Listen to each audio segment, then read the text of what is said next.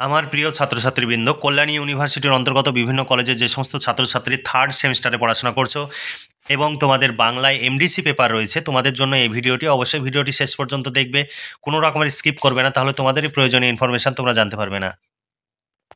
দেখো, কল্যাণী ইউনিভার্সিটির third semester Bangla MDC 3 paper, তোমাদের সিলেবাসের শিরোনামে রয়েছে তুলনামূলক বিচার, অর্থাৎ সাহিত্য, চলচ্চিত্র এবং কমিক্স, এই তিনটি সাহিত্যের বিভাগের মধ্যে তুলনামূলক আলোচনা করতে হবে। সিলেবাস তোমাদের রয়েছে, সেই সিলেবাসে কী কী আছে সেটাও তুলে ধরবো। সেই সঙ্গে আমরা এমসিকিউ টাইপের প্রশ্ন উত্তর তৈরি করেছি, সেই এমসিকিউ টাইপের প্রশ্ন উত্তরের ডেমো কিছু প্রশ্ন উত্তর তোমাদের দেখাবো। অবশ্যই তোমরা ভিডিওটি শেষ পর্যন্ত দেখবে, ভালো লাগলে ভিডিওতে লাইক করবে, বন্ধুদের সঙ্গে শেয়ার করবে, যাতে তোমার মতো তোমার বন্ধুরা উপকৃত হতে পারে। আর আমাদের চ্যানেলটি সাবস্ক্রাইব করা না থাকলে তোমরা নিজেদের প্রয়োজনে অবশ্যই সাবস্ক্রাইব করে রাখবে। তোমরা অনেকেই নানা রকমের কটূক্তি করো।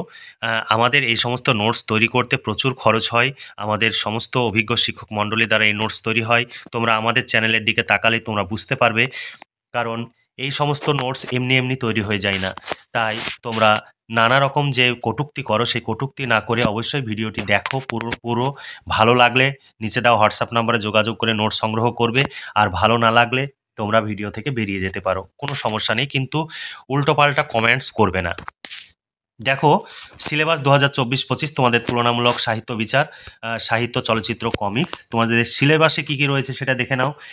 পর্ব অনে রয়েছে মুন্সী প্রেমচাঁদ ও সত্যজিৎ রায়, প্রসঙ্গ হচ্ছে সদ্গতি প্রবন্ধ, যে চলচ্চিত্র রূপ দিয়েছেন সত্যজিৎ রায়, আর মুন্সী প্রেমচাঁদ এটি লিখেছিলেন। তাই মুন্সী প্রেমচাঁদ কি লিখেছেন এবং সত্যজিৎ রায় চলচ্চিত্রে কিভাবে ফুটিয়ে তুলেছেন সেই বিষয় নিয়ে তুলনা করতে হবে। এখানে ফ্যান্টম আর অরণ্যদেব একই বিষয়, দুটো বিষয় নিয়ে তুলনা করতে হবে। আর পর্ব 3-তে রয়েছে বঙ্কিমচন্দ্র চট্টোপাধ্যায়ের লেখা শকুন্তলা, মিরন্দা ও দেশদিমনা, এই তিনটি চরিত্রের মধ্যে তুলনামূলক আলোচনা করতে হবে। এই তোমাদের সিলেবাস, এই সিলেবাস অনুযায়ী আমাদের এমসিকিউ টাইপের প্রশ্ন উত্তরের পিডিএফ কপি রেডি আছে, 150 টাকা পেমেন্ট করতে হবে। একদম কমপ্লিট সিলেবাস অনুযায়ী তোমরা এমসিকিউ টাইপের প্রশ্ন উত্তর পেয়ে যাবে। তাই দেরি না করে আজই নিচে দেওয়া হোয়াটসঅ্যাপ নাম্বারে যোগাযোগ করো, এটাই PhonePe, Google pay, Paytm number, এই নাম্বারেই তোমাদের পেমেন্ট করে পেমেন্টের সাকসেসফুল মেসেজ অর্থাৎ রিসিভ কপিটি শেয়ার করতে হবে এবং লিখে দিতে হবে third semester Kalyani university Bangla MDC paper. তাহলে তোমাদের নোটস পাঠিয়ে দেওয়া হবে। পেমেন্ট করে সঙ্গে সঙ্গে বারবার ফোন করতে শুরু করবে না, অপেক্ষা করবে, ঠিক তোমরা নোটস পেয়ে যাবে। ভয়ের কোনো কারণ নেই যে তোমরা পেমেন্ট করলে নোটস পাবে না, এমন হবে না, কারণ এটি একটি বিশ্বস্ত সংস্থা।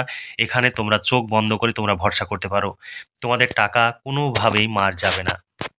দেখো, তুলনামূলক সাহিত্য বিচার থেকে তোমাদের এখানে প্রশ্ন রয়েছে, এখানে অপশান রয়েছে, উত্তর রয়েছে, এইভাবে প্রশ্ন রয়েছে।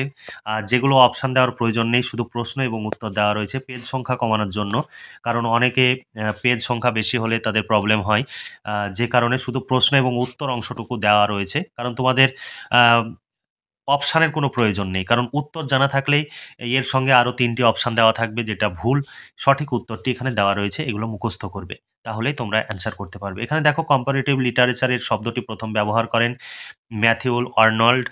এইভাবে কোশ্চেন এবং অ্যান্সার দেওয়া রয়েছে।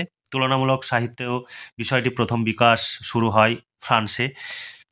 এইভাবে তোমাদের অপশান দেওয়া রয়েছে। তারপরে দেখো, এখানে দেখো, বাংলা সাহিত্যে তুলনামূলক সাহিত্যের সর্বপ্রথম ধারণাটি প্রকাশিত হয়।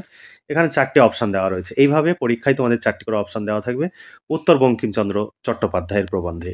তাহলে এইভাবে তোমাদের প্রশ্ন লিখতে হবে। এখানে যেমন তুলনামূলক সাহিত্যের বৈশিষ্ট্য হলো, এখানে 4টি অপশান দেওয়া আছে। 4টে অপশান, এই 4টের মধ্যে 3টি অপশানই কিন্তু সঠিক, তাই সব কটি সঠিক। এইভাবে তোমাদের প্রশ্ন থাকবে, সেই যেভাবে প্রশ্ন হয় সব তোমাদের উদাহরণ হিসাবে দেওয়া থাকবে, এবং তোমরা যদি এগুলো পড়ো তাহলে তোমরা খুব ভালো ফলাফল করতে পারবে, পরীক্ষায় সব কমন পেয়ে যাবে। এখানে দেখো, মুন্সী প্রেমচাঁদের সত্যজিৎ রায়ের সদ্গতি, এই বিষয়ে প্রথমে মুন্সী প্রেমচাঁদ সম্পর্কে এখানে তুলে ধরা আছে, তারপর সত্যজিৎ রায়ের জীবনী সম্পর্কে সংক্ষেপে আলোচনা করা রয়েছে, তারপরে এইভাবে প্রশ্ন এবং উত্তর দেওয়া রয়েছে। প্রশ্ন এবং উত্তর, যাতে তোমাদের পেজ সংখ্যা কমে, আর বেশি অপশান দেওয়া থাকলে তোমাদের পড়তেও সমস্যা হয়। এখানে দেখো, সত্যজিৎ রায়ের পিতার নাম এখানে দেওয়া রয়েছে, পিতামহের নাম, এখানে পুরো এইভাবে তোমাদের পড়তে সুবিধা হবে এবং মনে রাখতেও সুবিধা হবে। এখানে সদ্গতি সম্পর্কে তোমাদের রয়েছে, সদ্গতি অর্থাৎ একটা গল্প, সেই গল্পটি কি রয়েছে সেই গল্পটিও এখানে তুলে দেওয়া রয়েছে। আর গল্পটির পর সত্যজিৎ রায় যে সিনেমাটি তৈরি করেছেন সদ্গতি, সেই সিনেমা সম্পর্কেও সংক্ষেপে আলোচনা করা রয়েছে। এখানে আগে ছোট গল্পের যে প্রশ্ন, সেই প্রশ্নগুলো এখানে তুলে ধরা হয়েছে। তারপরে বড় যে সত্যজিৎ রায় যে সিনেমা তৈরি করেছেন, সেই সিনেমার থেকে যে প্রশ্নগুলো, সেই প্রশ্নগুলো দেওয়া রয়েছে।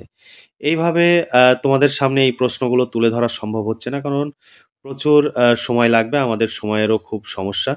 এখানে দেখো প্রশ্ন এ সম এ সদ্গতি সম্পর্কে সংক্ষেপে আলোচনা করা রয়েছে, তারপরে এখানে প্রশ্ন রয়েছে।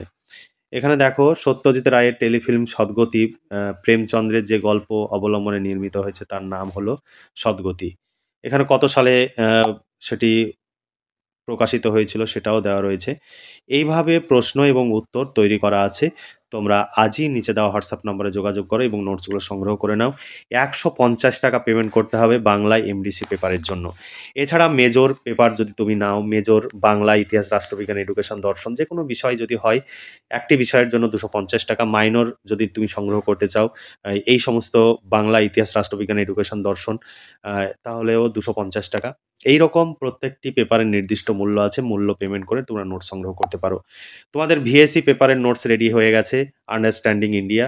ওটি যদি নিতে চাও ৳২০০ পেমেন্ট করতে হবে। তোমরা চাইলে নিচে দেওয়া হোয়াটসঅ্যাপ নম্বরে যোগাযোগ করে নোটসগুলো সংগ্রহ করে নাও। তোমরা ভীষণভাবে উপকৃত হবে। এই নোটস সংগ্রহের জন্য তোমরা বিভিন্ন জায়গায় ছোটাছুটি করো এবং প্রচুর অর্থ এবং সময় ব্যয় করো।